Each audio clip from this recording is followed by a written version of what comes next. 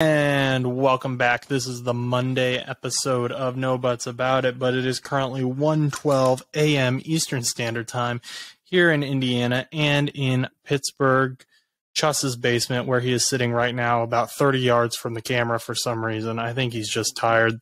I'm lounging a little bit, okay? I mean, I can sit really close if I want, but I'm lounging a little bit today. So Yeah. Well, more so Chuss got busy doing homework. I didn't do homework. I finished mine on time.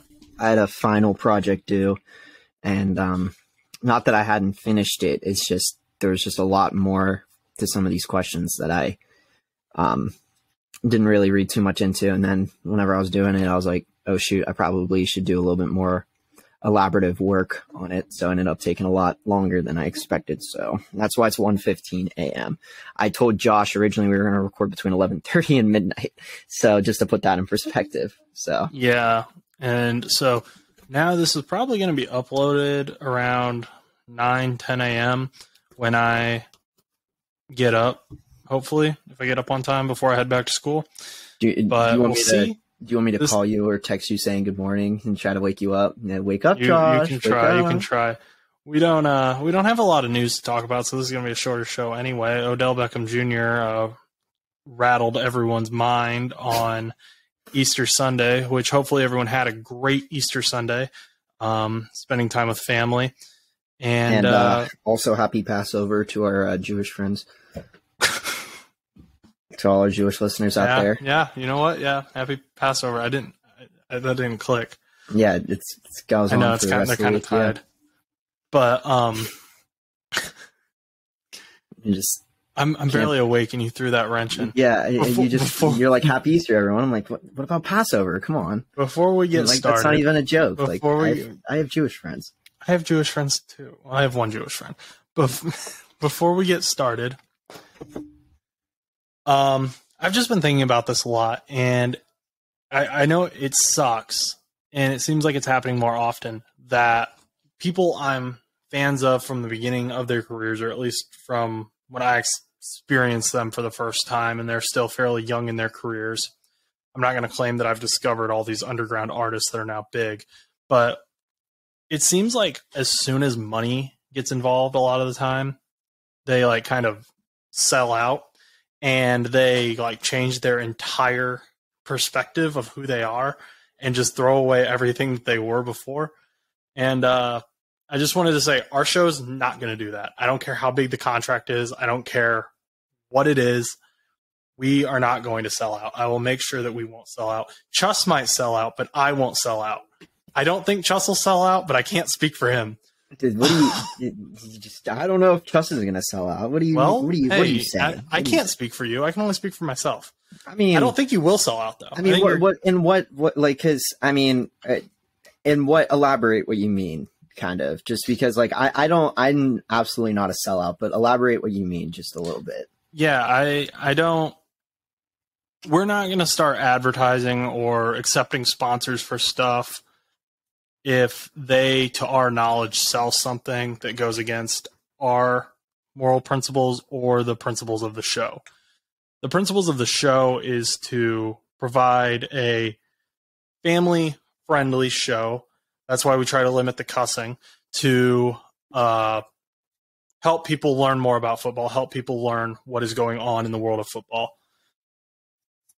We aren't going to change that to accept some sort of sponsor or anything that would provide money. That's just not going to happen. I'm not going to let that happen. I don't want that to happen. And I hate it when usually musical artists that I like do that. I'm not going to name names, but yeah. So just wanted to say that. Just want to put that out there so that it's on the interwebs, and that can come back to haunt me at some point if I ever do break that promise. But I hope I don't. I don't plan on it. I mean, it's just,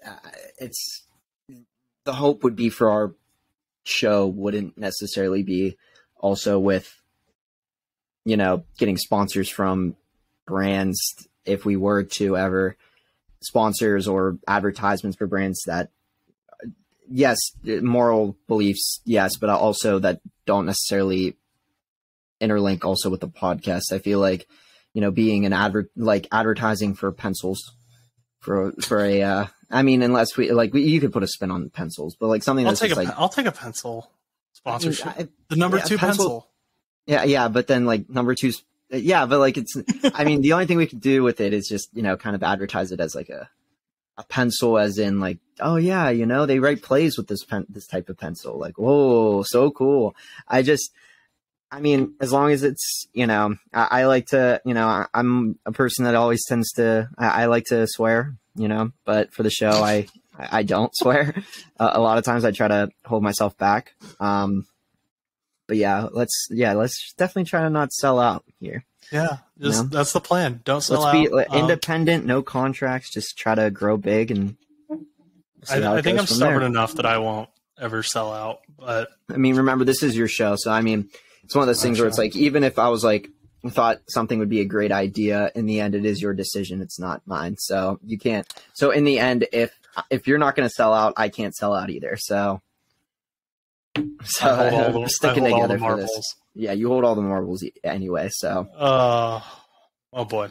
Well, that being said, let's get to Odell Beckham Jr. So the stage is set. I am sitting on my grandma's couch in northeastern Indiana after a wonderful Easter Sunday meal. And I'm scrolling through Twitter. I'm saying, nothing's going to happen today. Nothing usually happens on Sundays anyway with the off season. Now it's Easter.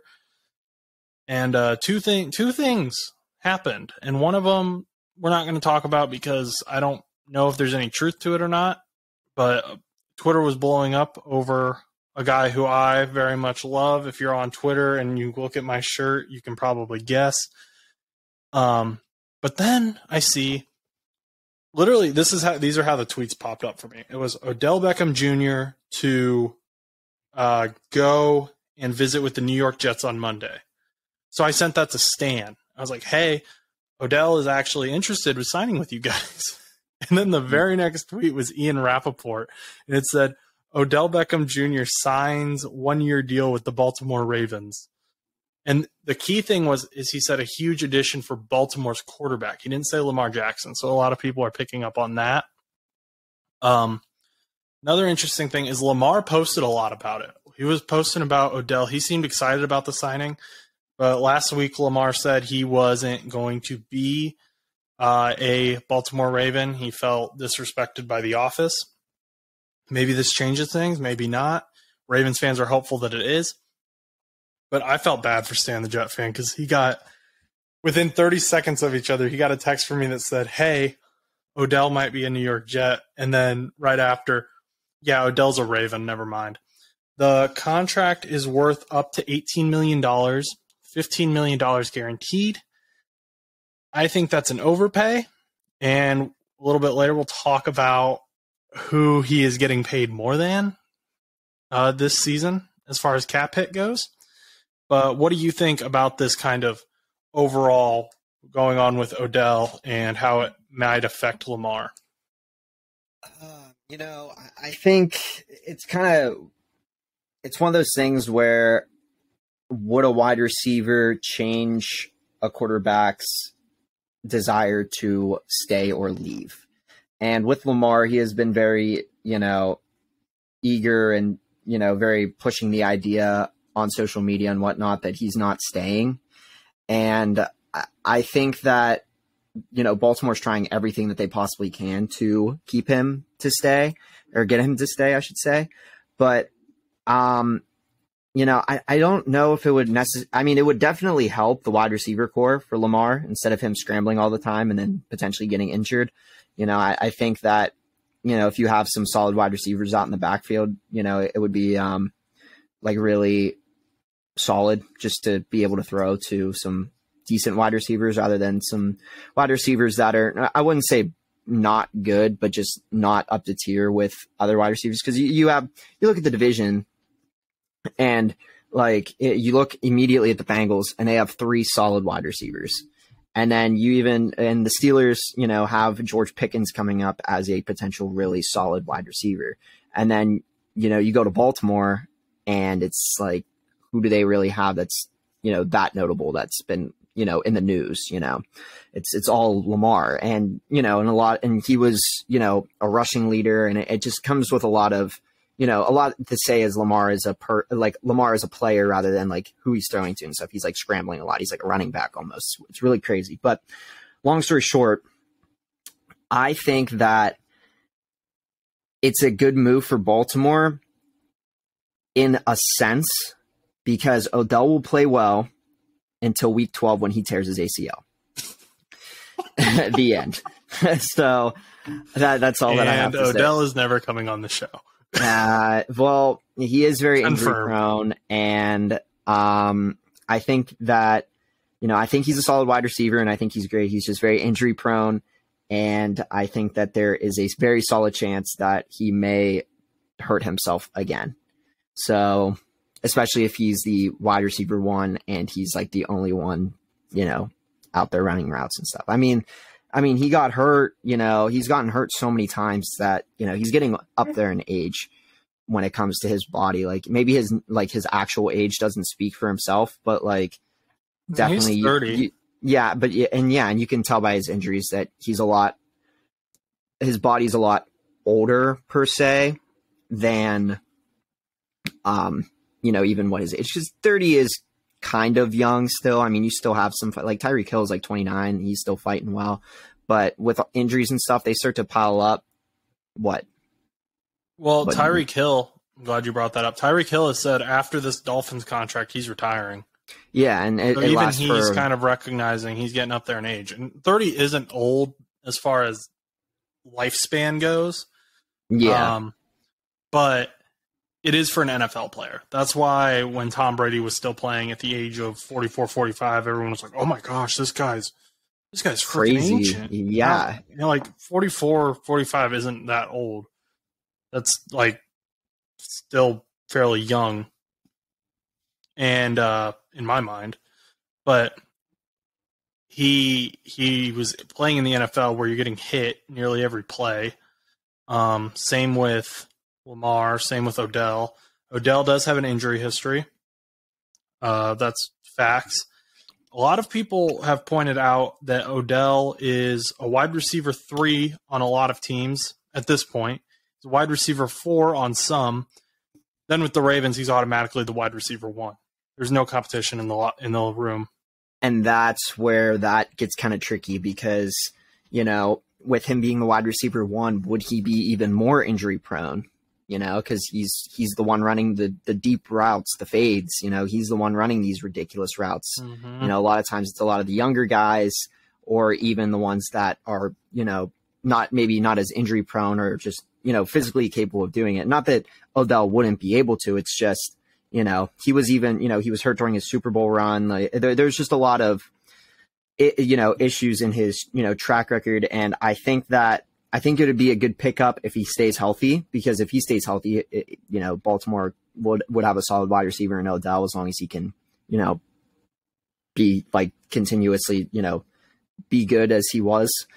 But would that change Lamar from leaving?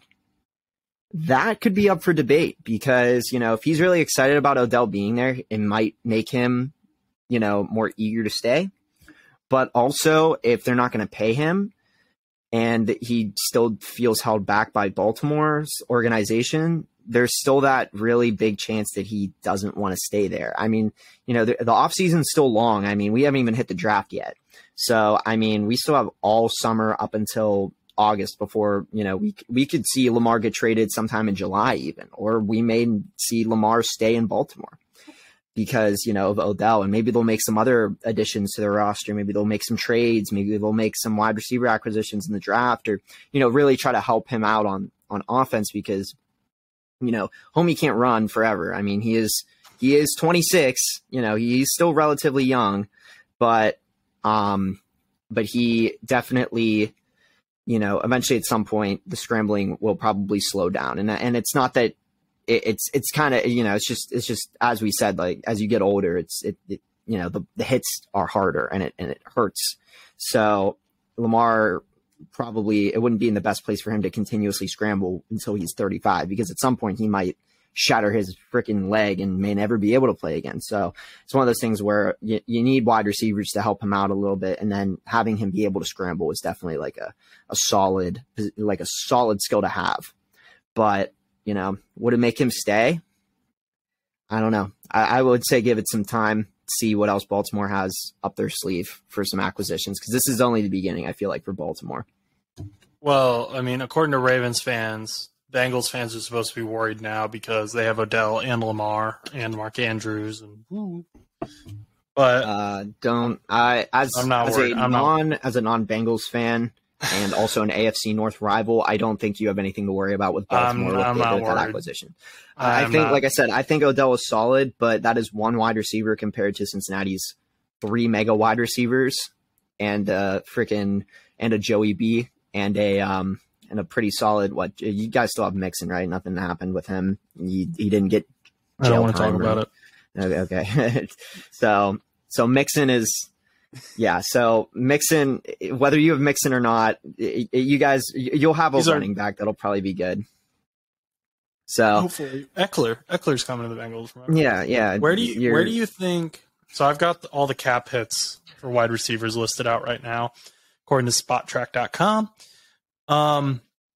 Where do you think the $15 million guaranteed? It's up to $18 million, but Adam Schefter says $15 million of it is guaranteed. Where do you think that puts Odell on, like 1 to 10 on paid receivers? Paid receivers with the 15 million guaranteed and all of that. Mm-hmm. He's got to be up on like somewhere in the top 5. I was going to say like 3 or 4. No, he's actually not. He is actually, with the 15 million, that would put him behind. He'd be number 10. That would put him right behind Deontay Johnson, who plays for your team.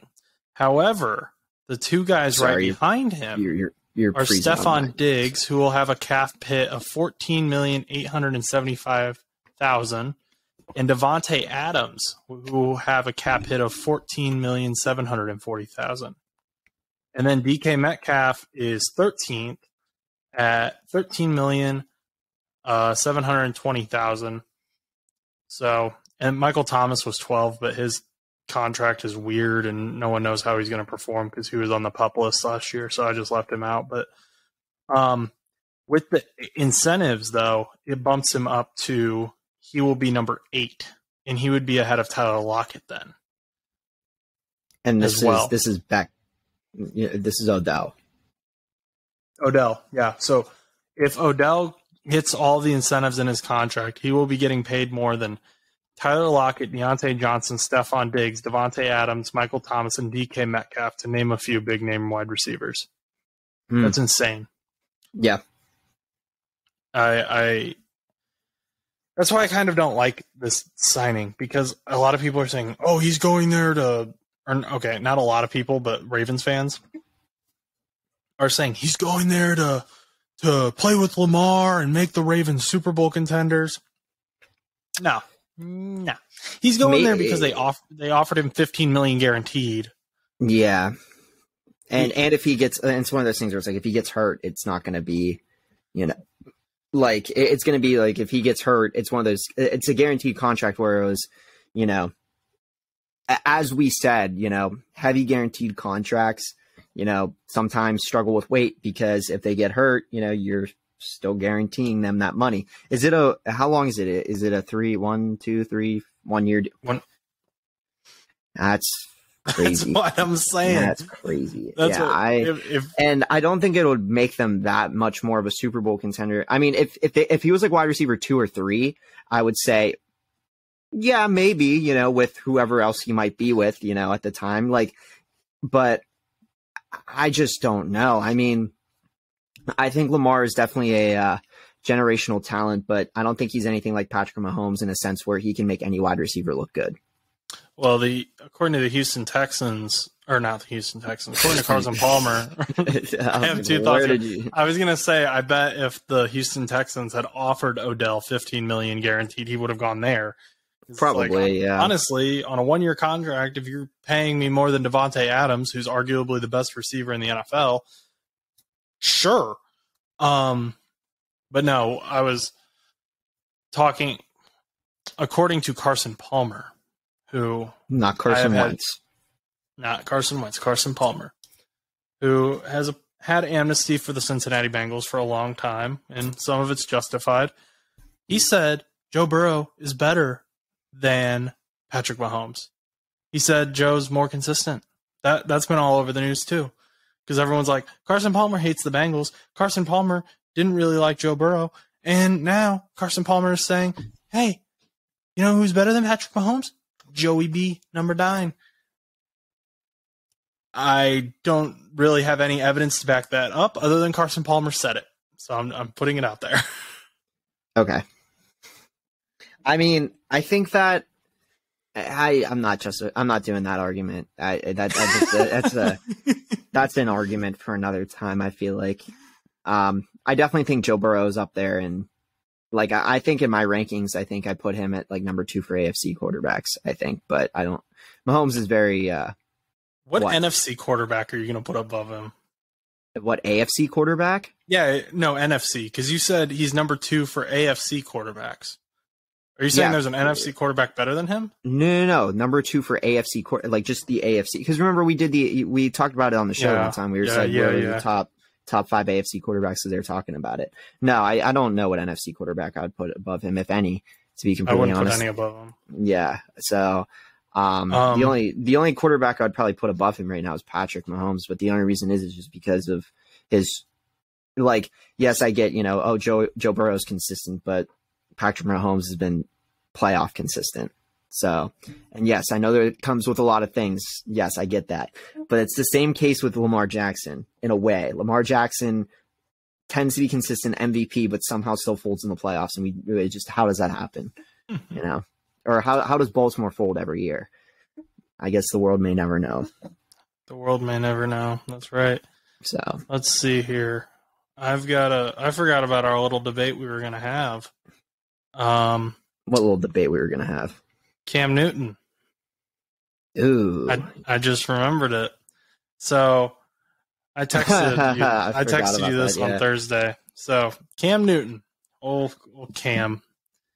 Well, about 2 weeks ago, he was on Instagram saying, I don't know how all these randoms have got starting jobs and I don't, or something like that. He was swinging his arms. That's why I started doing that. I think he was warming up or something. And he said, there ain't 32 people better than me. That's basically what he was saying. Now he's come out and said that he is willing to back up these quarterbacks. Deshaun Watson, Lamar Jackson, Justin Fields, Tua Tagovailoa, Malik Willis, C.J. Stroud, Bryce Young, Anthony Richardson, Jalen Hurts, Aaron Rodgers, Josh Allen, and Sam Howell. And I texted you that list, and I said, I want to see if you see the same pattern as me. You said mostly scramblers or quarterbacks of color. I mean, I'm not wrong though, because because like I figured as which, like, he's either, Cam Newton was a scrambler, and not only that, but also a lot of the quarterbacks were, persons of color. So, and I figured, I said that because Cam Newton is also a person of color, that he would be backing up a lot of these players because, all of that. It was just kind of a random thing to pick up on. It was just a trend that I noticed. So you're looking for trends, and I was like, almost all of these people have been scramblers or, are scramblers. And most of them are, similar ethnicity. So. Yeah, so what I noticed, and you agreed with this, was that they're all quarterbacks that are likely to get injured because they're scramblers or benched because they're young. I thought it was interesting that he was willing to back up Malik Willis, who is a backup, but not Ryan Tannehill. Joe Burrow is also not on this list, but Jalen Hurts is. That's where I said like the people of color came in, because it's not it's very trendy with that, because it's like, a lot of, and 3 of them are So he put C.J. Stroud, Bryce Young, and Anthony Richardson, but he didn't put Will Levis. He's not willing to back up Will Levis out of the draft.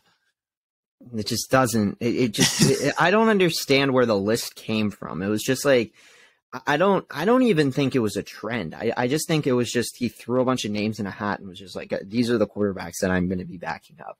Because I don't think there's like it's rookies, and like I get, because maybe there's a situation where, he wants to help the rookies, improve. But he also, like you said in an interview a week ago, he said no quarterback is better than him or whatever he said in his So there ain't 32 better than me. There ain't 32 better than him. Well, yeah. So. But he's willing. I think it's kind of. I think it's kind of dirty the way he's because he's obviously hoping some of these guys get hurt or benched. Not necessarily hoping, but he's willing to back them up because he knows there's a possibility that they could get hurt. Like Josh Allen, you're not going to bench Josh Allen. Yeah, but you hope that almost not hope, but like he would hope that maybe he'll have a chance, but. Same with Aaron Rodgers. Yeah, that's the same thing. Like it would be an Aaron Rodgers injury, but like Malik Willis, it would be a bench situation. Like it would be we're benching Malik Willis, But it's also interesting he said Malik Willis because it's almost like he's assuming Ryan Tannehill isn't staying. That's interesting in itself, but also.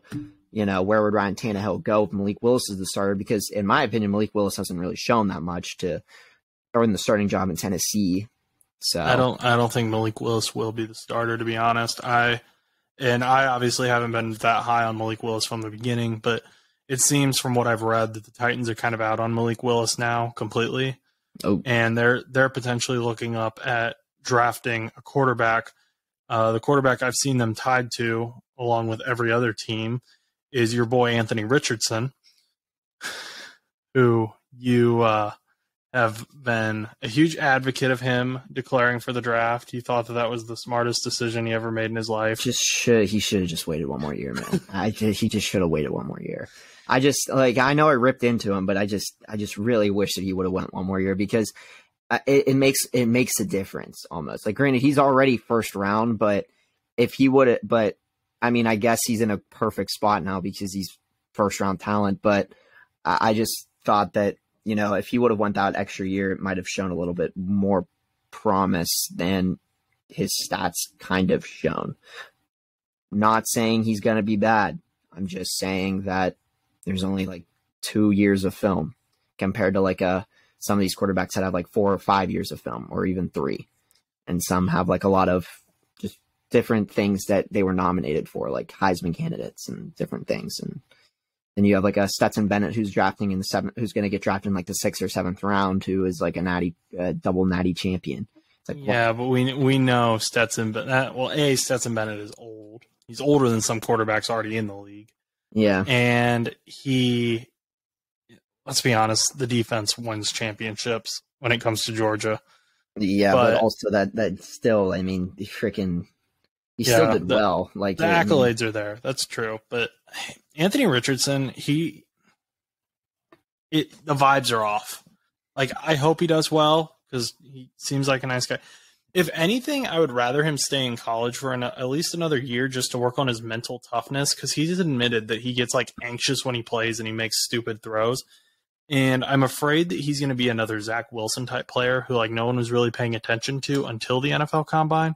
And then the NFL Combine happens, he does really well, and then everyone's like, oh my gosh, this is the next greatest player of all time, and all that. But to what you said about play, and we've talked about this before, senior year is huge. I just pulled up Joe Burrow's real quick. Joe Burrow, his junior year at LSU, had 16 touchdowns, 5 interceptions. His senior year, he had 60 touchdowns and 6 interceptions. So that's a huge difference if your name is Joe Burrow, and it shows that the potential effect that your senior year can have on your draft stock. Because I don't really think Joe Burrow was getting looked at all that much until his senior year. Yeah, even with like Kenny Pickett, he went his super senior year because the year he was graduating was COVID, and he went that extra year because the NCAA gave them the option. And so he went that extra year, and, you know, he went from probably being like a sixth round candidate for quarterback to jumped up to the first quarterback drafted in that draft class. So it's almost very crucial to play that year. And granted, I'm not, because already Anthony Richardson, like I said, is a first round talent. And like I said, Joe Burrow and Kenny Pickett, if they would have declared draft a year sooner, probably would have been drafted very, very low. But in this case, like, he's already supposed to be like top guy now all of a sudden. But the thing is like you said with the Zach Wilson thing, it could be really tough, because in an idea of him jumping too soon, it might be too quick. And he didn't have that extra year to just like get ready. Because I'm pretty sure Bryce Young is a junior, right? He's going to be a senior, I think, because I think he only played 3 years. I don't think he played a senior year, but he could have declared draft last year, because, you know, I'm pretty sure he's a junior, but I might be wrong. But it says it says he only played 3 years, but this says class freshman, and then it says class sophomore, and then it says class senior. Probably because it was his last year, probably. Maybe. But either way, 3 years. So smart. But still, 3 years. So, like, but he could have declared draft last year, and he didn't. And a lot of people were expecting him to, but he didn't. And he took that extra year, and I think it just improved his playing style. And I think that he will be I think Bryce Young would probably be a solid quarterback as of right now over Anthony Richardson. And I say this with an if Anthony Richardson goes to the right team, I think he can be developed well. Do I think he will be immediately a GOAT? No, he will not be immediately a GOAT. He doesn't have as much experience as some of these other guys coming in, getting drafted. So, what's on your hat? Is it the hat? Oh, you know, let somebody cook. No buts about it. I honestly wasn't sure if that was the hat. I just knew that you had a hat from the show. So I took that is the official let somebody cook, no buts about it hat. You can go check it out. In the description, the merch link. Yeah, I told you I would wear. I told you I'd wear the hat. I know you would. I didn't know if you forgot. No, I told you I would. I wore it all day today. It's now become one of my favorite hats, honestly. I'm telling you, I'm not just saying this because it's my merch. I'm saying this because it's actually really comfortable and it's really nice. Well, the hat, like I said, it's made by a brand. It's made by Classics, which I have a bunch of hats that are made by Classics, and I really like their hats. And when I saw it was a Classic brand, I was like, no freaking way. And then the logo, or the let somebody cook, you know, the infamous saying that I have said in some shows. It's really cool, and I like I've been rocking a lot more of the mesh ones because it doesn't make my head as hot. Because I feel like when I have other hats on without the little whole mesh thing or whatever they call it, because it's what, a trucker hat? Is that what these are called? It should be, yep. Yeah, it's just they like normal hats just get so freaking hot, and then these ones at least give me a little bit of air. Now, when I was younger, though, I hated them because I would push them down and my hair would stick out of them. So I hated them. But as I got older, I have like shorter hair on top now, so it's nice. But yeah, go buy the hat. And if you can't afford the hat, I understand. Buy the sticker. There's a sticker that says "Let somebody cook." So get a sticker, get a hat, get whatever you want. It's in the store. Link will be in the description.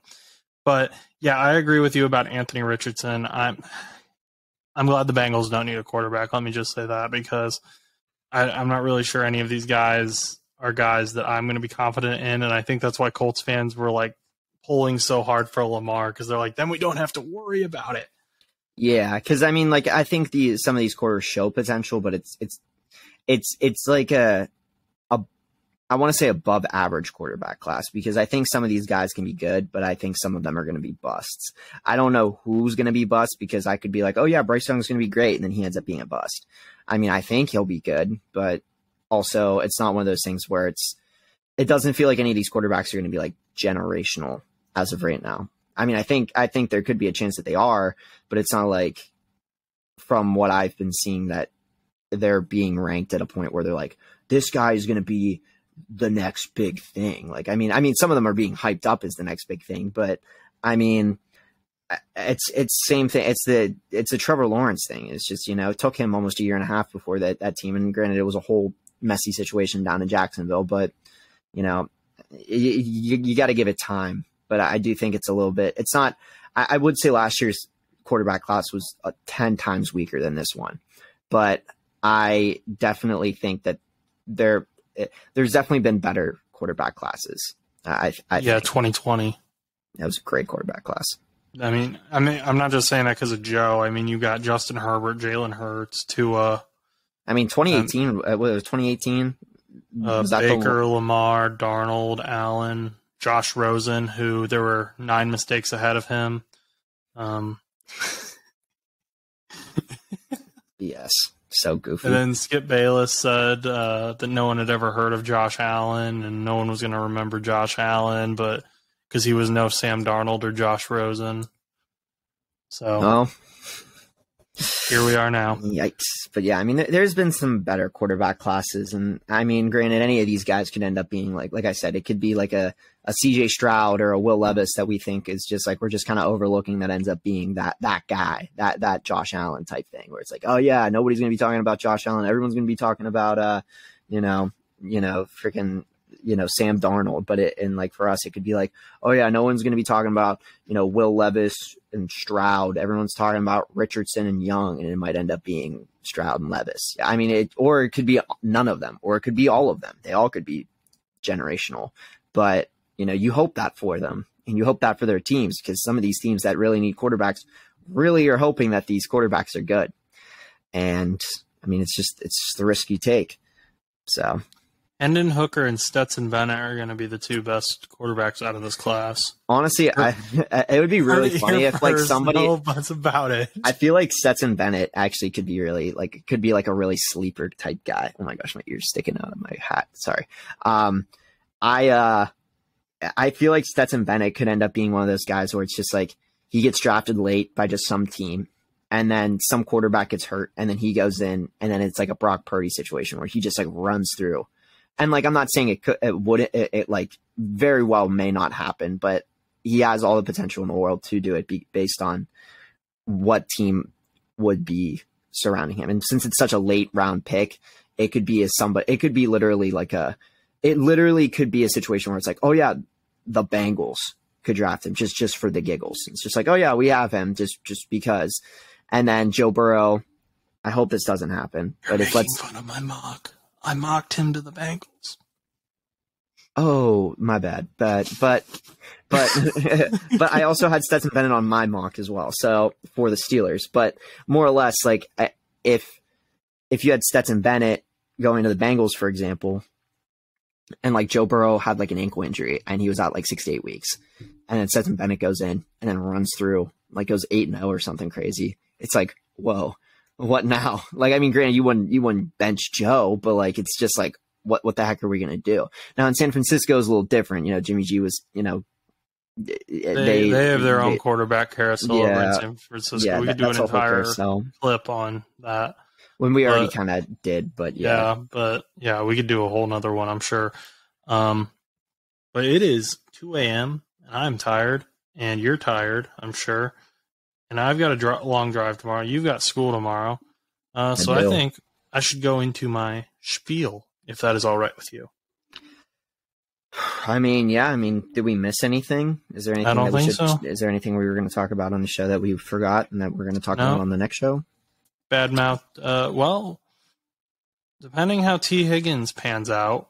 That was that on the next show. Yeah, that was the last thing. I remembered you talking about something else, but we'll talk about that.